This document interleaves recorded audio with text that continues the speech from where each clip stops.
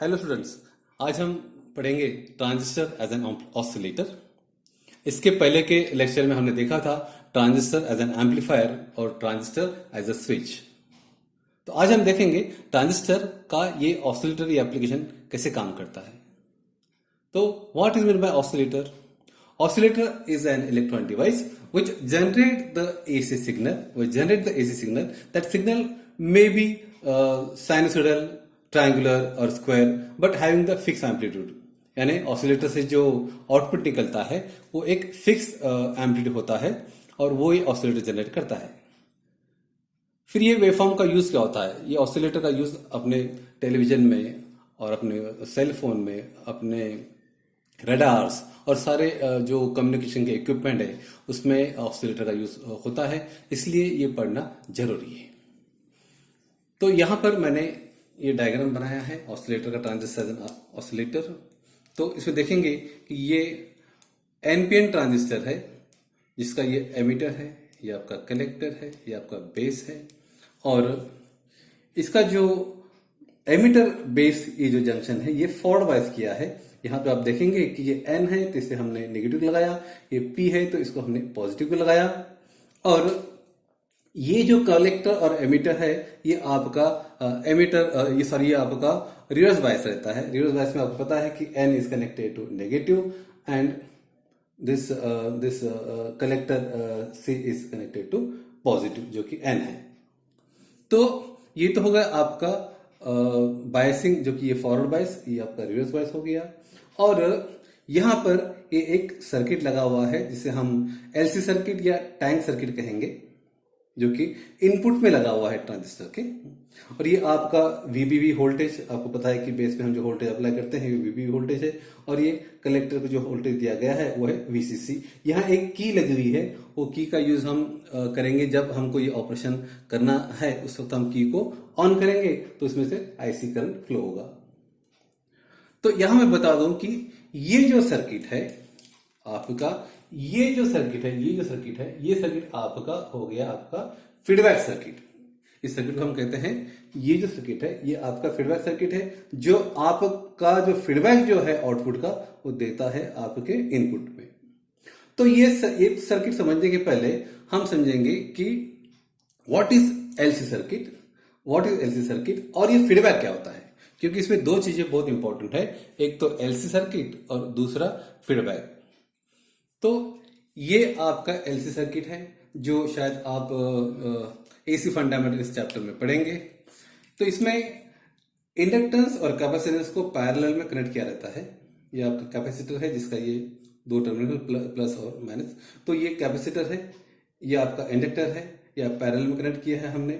और मान लो यहां हम एक चार्ज कैपेसिटर रखते हैं तो क्या होगा, ये कैपेसिटर की टेंडेंसी ये है कि वो इलेक्ट्रिक फील्ड को स्टोर करता है। कैपेसिटर की टेंडेंसी क्या है, स्टोर द इलेक्ट्रिक फील्ड। और इंडक्टेंस की जो कैरेक्टरिस्टिक्स है या इंडक्टेंस का जो बिहेवियर है, it stores the magnetic field. तो इसमें होता क्या है कि मान लो कैपेसिटर चार्ज है तो होगा क्या कि कैपेसिटर जो है, capacitor tendency to charge and discharge. तो मान लो यहाँ पे कैपेसिटर डिस्चार्ज होता है, डिस्चार्ज होगा तो because of capacitor discharge there will be a flow of current. वो करंट फ्लो होगा, it will go to inductance, और इंडक्टेंस आपको पता है कि it stores the magnetic field. Because of this current वो क्या होगा, वो इंडक्टेंस में मैग्नेटिक फील्ड क्रिएट होगी और वो मैग्नेटिक फील्ड क्रिएट होने के बाद में इंडक्टेंस में क्या हो जाएगा, वो भी करंट को वहां से निकालेगा और उसके कारण भी कैपेसिटर आपका चार्ज होगा। इसमें होता क्या है कि ये चार्जिंग और इसका जो कैपेसिटर है, इसकी जो डिस्चार्ज और चार्ज इसके कारण और इंडक्टेंस के मैग्नेटिक फील्ड के बिहेवियर के कारण वहां पे एक वेव जनरेट होती है जिसे हम कहते हैं इलेक्ट्रोमैग्नेटिक वेव। ये इलेक्ट्रोमैग्नेटिक वेव जो निकलती है वो जो है ये, इसका जो एम्पलीट्यूड है ये कांस्टेंट नहीं रहता है। ऐसा होना चाहिए कि मान लो कि दोनों चार्ज डिस्चार्ज हो रहे हैं तो इसमें होना ये चाहिए कि इसका जो एम्पलीट्यूड है ये आपको कांस्टेंट मिलना चाहिए। लेकिन होता क्या है कि यहाँ पर जो कैपेसिटर है ये कनेक्ट किया गया आपके इंडक्टेंस से, तो वहां पे तो कंडक्टिंग वायर है, तो कंडक्टिंग वायर का कोई रेजिस्टेंस होगा, वो रेजिस्टेंस होने के कारण उसमें कुछ लॉसेस होंगे। तो because of the losses in the conduction and may be because of heat होता क्या है कि उसमें का जो लॉसेस है वो बढ़ जाते हैं।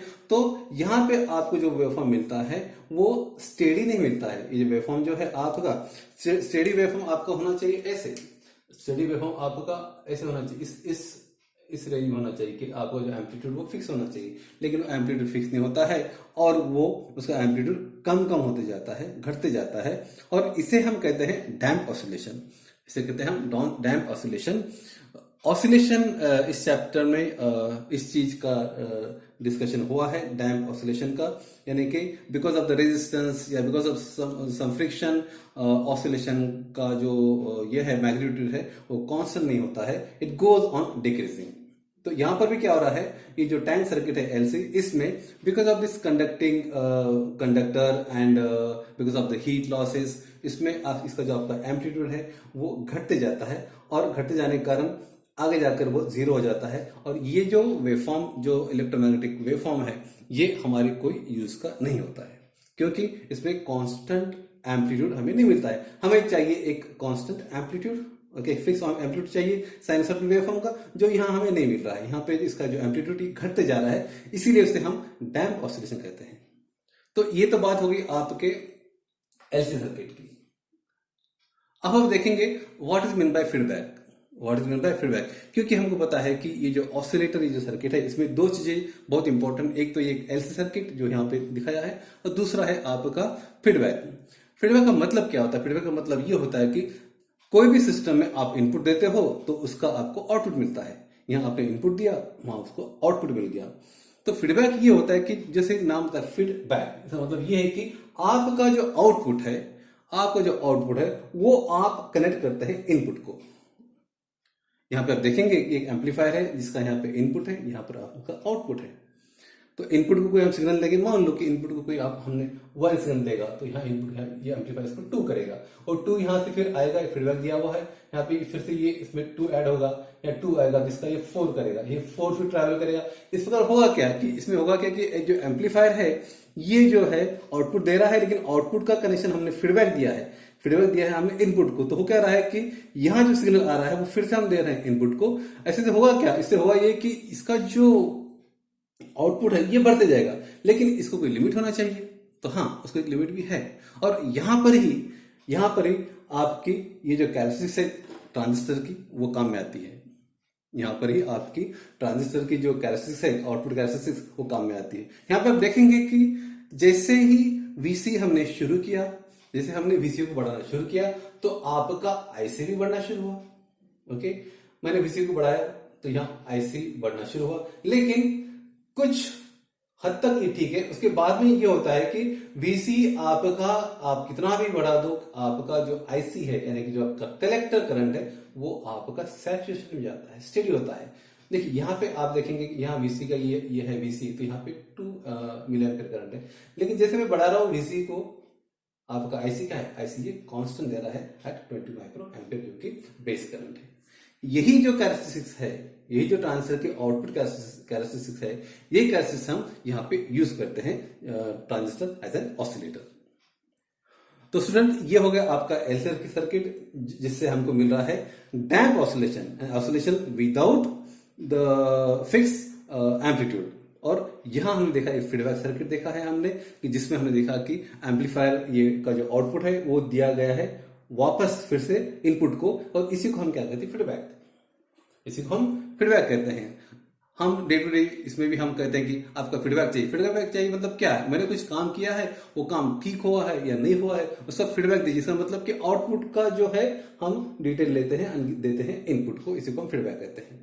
तो यहां पर देखा हमने कि एम्पलीफायर की एक लिमिट होती है, और लिमिट वो कैसे, तो हमने यहाँ देखा कि वीसी जब बढ़ता है तो ये आपका जो कलेक्टर करंट है ये एक हद तक बढ़ेगा, लेकिन उसके बाद में ये सैचुरेशन यानी कि स्टेडी हो जाता है।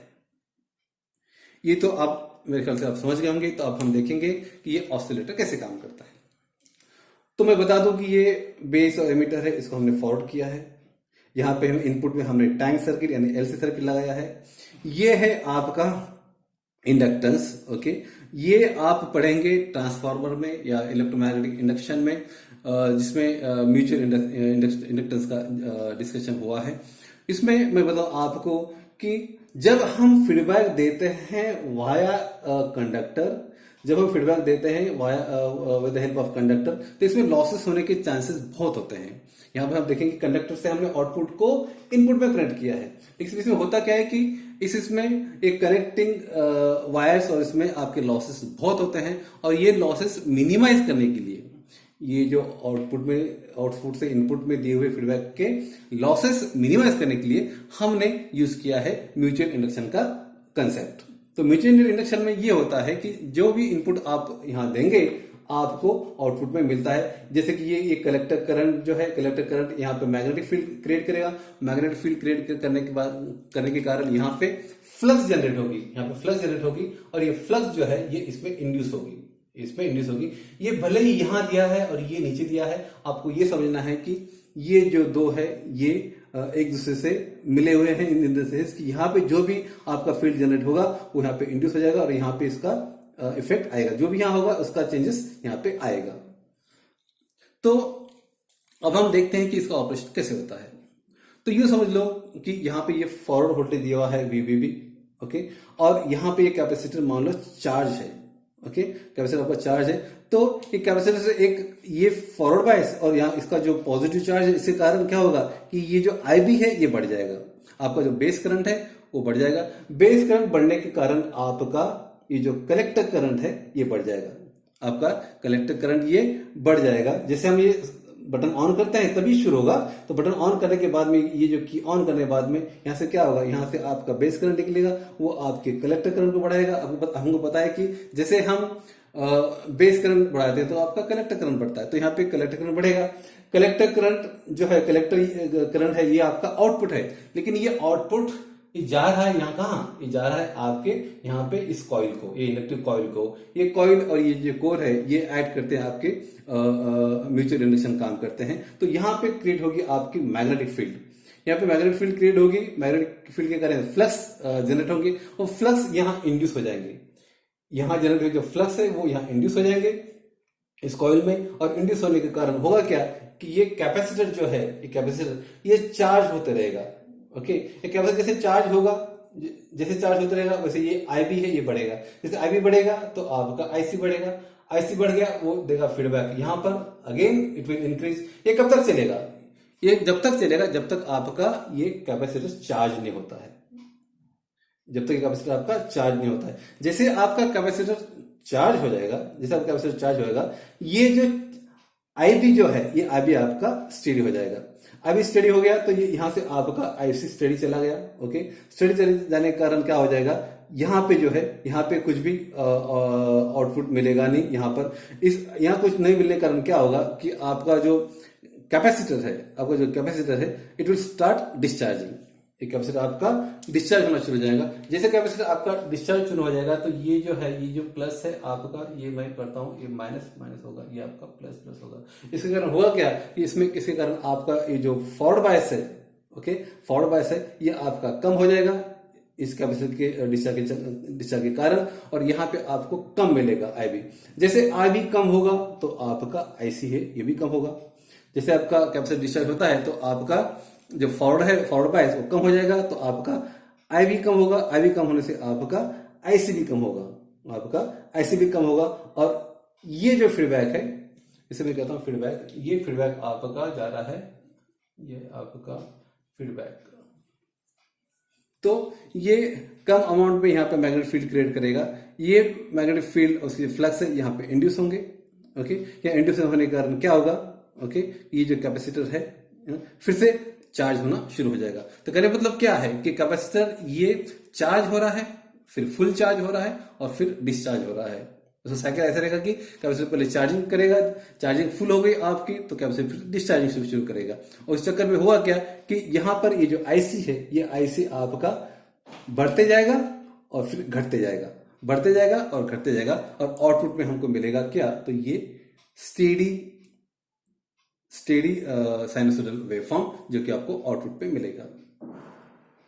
तो ये होगा आपका transistor as an oscillator with the feedback. Feedback कैसा दिया हमने, फीडबैक दिया है हमने, ये जो कॉइल और ये जो कॉइल है ये दो काम करती है फीडबैक का। यहां पर हम डायरेक्ट भी कंडक्टर लगा सकते थे, लेकिन डायरेक्ट कंडक्टर यदि हम लगाते थे इस फीडबैक में तो होता ये था कि डायरेक्ट कंडक्टर के कारण उसमें लॉसेस होते थे, क्योंकि कंडक्टर का भी कोई रेजिस्टेंस होता है और उस रेजिस्टेंस के कारण वहां पे लॉसेस ज्यादा होते हैं, हीट के कारण भी लॉसेस होते हैं। इसलिए वी यूज या we prefer the inductive coupling, इसको हम इंडक्टिव कपलिंग बोलेंगे। ओके, वो हम प्रिफर करते हैं। तो स्टूडेंट, मैं फिर से एक बार आपको ये टॉपिक एक्सप्लेन करना चाहूंगा। आज हम पढ़ रहे हैं ट्रांजिस्टर एज एन ऑसिलेटर। इससे पहले हमने ट्रांजिस्टर एज एन एम्पलीफायर और ट्रांजिस्टर एज अ स्विच पढ़ा था। Oscillator is a device which generate the AC और ट्रायंगुलर और square waveform with a steady amplitude. तो वो जो ऑसिलेटर होता है, ये सारे इक्विपमेंट में, मान लो आपका टेलीविजन हो या म्यूजिक सिस्टम हो या आपका कम्युनिकेशन के रडार या आपके बाकी इक्विपमेंट है, उसमें ये काम में आता है। इसलिए ट्रांजिस्टर एज एन ऑसिलेटर हम पढ़ रहे हैं। वो पढ़ने के लिए हमने देखा कि there are two important part of oscillator, that is the tank circuit and another is the feedback. Okay, तो टैंक सर्किट ऐसे होता है कि जिसमें आप इंडक्टेंस और कैपेसिटेंस एक पैरेलल में कनेक्ट करते हैं। जब हम इंडक्टेंस और कैपेसिटर को पैरेलल में कनेक्ट करते हैं तो कैपेसिटर का जो टेंडेंसी होता है, it stores the electric field, वेराज inductance का जो टेंडेंसी होता है, it stores the magnetic field. तो जैसे आपका ये फुल चार्ज हुआ, कैपेसिटर डिस्चार्ज होगा तो वो क्रिएट करेगा मैग्नेटिक फील्ड इस इंडक्टेंस के कारण। जब ये इंडक्टेंस जब फुल इसमें फील्ड जनरेट करेगा, उसके बाद वो ऑपोज करेगा, उससे होगा क्या कि ये चार्ज, ये डिस्चार्ज होगा तो ये चार्ज होगा, ये चार्ज होगा तो ये डिस्चार्ज होगा। इस प्रकार इनके चार्जिंग डिस्चार्जिंग में फील्ड जो है, मैग्नेटिक फील्ड कम होगी तो इलेक्ट्रिक फील्ड बढ़ेगी, इलेक्ट्रिक फील्ड बढ़ेगी तो मैग्नेटिक फील्ड घटेगी। तो इस प्रकार होगा क्या कि इससे एक वेवफॉर्म निकलेगा, इलेक्ट्रोमैग्नेटिक वेव्स। जो वेवफॉर्म हम एक्सपेक्ट करते हैं कि ये स्टेडी मिले, ये आपको स्टेडी मिले, लेकिन होता ये है कि because of the conducting conductor and because of the heat and other losses इससे हमको मिलता है डैम्प ऑसिलेशन सिग्नल मिलेगा। यानी कि जो एम्पलीट्यूड होगा इस इलेक्ट्रोमैग्नेटिक वेव्स का, वो घटते घटते जाएगा और बाद में जीरो हो जाएगा। ऐसे डैम्प ऑसिलेशन के सिग्नल हम कम्युनिकेशन में या कोई अदर यूजेस में यूज नहीं कर सकते हैं। इसलिए we don't prefer this kind of circuit. और इसका जो एम्पलीट्यूड है ये स्टेडी मिलना चाहिए, इसका जो एम्पलीट्यूड है ये स्टेडी मिलना चाहिए। इसलिए हम क्या करते हैं कि इसमें फीडबैक लूप यूज करते हैं। तो यहां पे मैं बताऊं कि फीडबैक क्या होता है। फीडबैक का मतलब ये है कि आउटपुट जो है ये हम देते हैं इनपुट को, यानी इनपुट का सिग्नल एम्पलीफायर आउटपुट में एम्पलीफाई करेगा। यहां एम्पलीफाइड जो सिग्नल है ये हम एक फीडबैक बोल के किसको देते हैं, इनपुट देते हैं। तो यहां पर हमने तो देखा कि ये कंडक्टर यूज किया है फीडबैक के लिए, लेकिन इसमें होता ये कि लॉसेस काफी होते हैं इस फीडबैक में because of the conductors and इस रेजिस्टेंस। इसलिए हम क्या करते हैं कि ये जो ऑसिलेटर है इसमें हमने म्यूचुअल इंडक्टेंस का कंसेप्ट यूज किया है टू गिव द फीडबैक। यहां पर हमने ट्रांजिस्टर के जो आउटपुट कैरेक्टरिस्टिक्स है उसका भी यूज किया है। हमने देखा कि ट्रांजिस्टर की जो आउटपुट कैरेक्टरिस्टिक्स है वो काफी इंटरेस्टिंग है। उसमें होता है कि जैसे आप वीसी बढ़ाते हो तो आपका आईसी जो मिली एम्पेयर है ये बढ़ता है, लेकिन कुछ हद तक इसके इस पॉइंट के बाद में हम देखेंगे कि आपका वीसी तो बढ़ रहा है लेकिन आपका जो आईसी जो मिली एम्पेयर में वो कांस्टेंट है, यानी कि वो सैचुरेट हो गया है। ये सैचुरेटेड नेचर ऑफ आईसी हम यूज करते हैं इस ऑसिलेटर में। अब हम फिर से डिस्कस करेंगे ऑसिलेटर का। तो यहां पर हम देखेंगे कि ये बेस और एमिटर को फॉरवर्ड बस किया है और यहां पर कलेक्टर और ये जो इमिटर जंक्शन है इसे हमने रिवर्स बायस किया है। ये हमने इससे पहले भी देखा था कि ट्रांजिस्टर का कॉमन एमिटर ये जो कॉन्फ़िगरेशन है ये कॉमन एमिटर कॉन्फ़िगरेशन ही है। तो कॉमन एमिटर कॉन्फ़िगरेशन हम ज्यादा यूज करते हैं इन द इलेक्ट्रॉनिक सर्किट। तो ये कॉमन एमिटर एम्पलीफायर ही है जिसमें ये फॉरवर्ड बायस ये रिवर्स बायस है। जैसे हम की कनेक्ट करेंगे ये आईबी क्रिएट करेगा, इसका आईबी बढ़ेगा तो ये आपका जो कलेक्ट करंट आईसी वो भी बढ़ेगा। कलेक्ट करंट जाएगा as a feedback to the this coil. ये कॉइल में मैग्नेटिक फील्ड क्रिएट होगी, मैग्नेटिक फील्ड क्रिएट करने उसके अंदर फ्लक्स जनरेट होगा। और क्योंकि ये कॉइल कनेक्टेड है तो वो होगा क्या कि यहां जनरेट हुई मैग्नेटिक फील्ड या फ्लक्स ये इसमें इंड्यूस होंगी। जब ये इस इंडक्टेंस में इंड्यूस होगी तो ये चार्ज करेगा कैपेसिटर को। जैसे कैपेसिटर चार्ज करेगा तो शुरू में कैपेसिटर का ये प्लेट रहेगा प्लस, ये प्लस रहेगा और ये आपका माइनस रहेगा। ओके, तो होगा ये कि ये फीडबैक ये आपका फॉरवर्ड बायस यानी कि प्लस प्लस ये जो कैपेसिटर का चार्जेस ये मिलाकर आईबी को बढ़ाएंगे, आईबी बढ़ गया तो आपका आईसी बढ़ेगा, आईसी बढ़ेगा तो फिर से ये यहाँ आएगा, यहाँ आपके फ्लक्स को बढ़ा देगा, वो बढ़ी हुई फ्लक्स यहाँ आएगी, वो फिर से कैपेसिटर को चार्ज करेगी, जैसे कैपेसिटर चार्ज करेगी तो आपका फॉरवर्ड बायस फिर बढ़ जाएगा, फिर आईबी बढ़ेगा, आईबी बढ़ेगा तो फिर आपका आईसी बढ़ेगा, बढ़ा हुआ आईसी इधर आएगा, यहाँ पे फिर वो again the process will start और कैपेसिटर फुल चार्ज हो जाएगा। जैसे कैपेसिटर फुल चार्ज हो जाएगा तो आपका ये जो आईबी और आईसी जो लगातार बढ़ रहा था वो बढ़ना बंद हो जाएगा। तो जब आईसी है, ये आईसी में कुछ चेंजेस नहीं आ रहे हैं तो यहाँ पे आपको कुछ भी नहीं मिलेगा। लेकिन ये कब तक होगा? जब तक ये आपका कैपेसिटर फुल चार्ज नहीं होता। एक बार कैपेसिटर फुल चार्ज हो जाएगा तो कैपेसिटर फिर डिस्चार्ज करना शुरू होगा। जब ये कैपेसिटर डिस्चार्ज करना शुरू करेगा तो ये जो है आपका ये पोलैरिटी, ये आपकी ये माइनस होगी और ये आपकी प्लस होगी। तो इससे क्या होगा कि इससे आपका फॉरवर्ड बायस जो है वो घट जाएगा। फॉरवर्ड बायस घटने के बाद के कारण आपका आईबी कम होगा, आईबी कम होगा तो आपका आईसी कम होगा, आईसी कम होगा तो ये फिर से आपका फीडबैक ऐसे काम करेगा और इस प्रकार हमें आउटपुट में मिलेगा वेवफॉर्म कैसा है। तो ये आपने देखा कि ये बढ़ा हुआ है, ये एम्पलीट्यूड बढ़ा है फिर वो घट रहा है। इस प्रकार ये इसके आईसी करंट के कम और ज्यादा होने के कारण यहाँ पे हमको आउटपुट जो मिलेगा वो आपको साइनसोइडल आउटपुट मिलेगा, जिसका जो एम्पलीट्यूड है, जिसका आपका एम्पलीट्यूड है वो एम्पलीट्यूड आपका फिक्स रहेगा, उसमें इस प्रकार डैम्पिंग नहीं होगी। ये जो डैम्प है ये यहाँ नहीं मिल रहा। क्यों नहीं मिल रहा है? क्योंकि यहाँ हमने फीडबैक यूज किया है, यहाँ पर फीडबैक नहीं था। ओके, हमने यहाँ पे फीडबैक यूज किया है। फीडबैक मैंने आपको पहले ही यहाँ पे बता दिया कि यहाँ पे जो फीडबैक आ रहा है यहाँ दे रहे हैं हम ऐसे। तो इस प्रकार हम ट्रांजिस्टर का ऑसिलेटर की एप्लीकेशन देखे हैं। तो this is use in almost all the electronic circuits और ये आपको एग्जाम में भी पूछते हैं। तो एग्जाम में आपको एक्सप्लेन करते समय ये डायग्राम निकालना होगा, वहां पे आपको ये फीडबैक भी दिखाना होगा और जब एक्सप्लेन करते समय इसमें सारे जो पॉइंट्स है, जैसे कि आप यहाँ पे आप अपने एनपिन ट्रांजिस्टर यूज किया है, इसको बायसिंग किया है, फॉरवर्ड बायस, यहाँ पे रिवर्स बायस किया है और हमने देखा है कि ये जो आईसी है, आईसी बढ़ता है और आईसी है जो फीडबैक का काम करता है। IC is output which is given to input. ये आपका आउटपुट है जो हम इनपुट दे रहे हैं, ये आपका आउटपुट है, ये आपका आउटपुट है, लेकिन ये कहां जा रहा है? ये जा रहा है आपके इनपुट को, आपके इनपुट को। ये देखिए ये आउटपुट है आपका, ये हमने दिया है इनपुट को, ये फीडबैक का काम कर रहा है। तो फ्रेंड ये हो गया आपका ट्रांजिस्टर एज एन ऑसिलेटर और दैट्स इट। इन आज के लिए इतना ही काफी है। Thank you.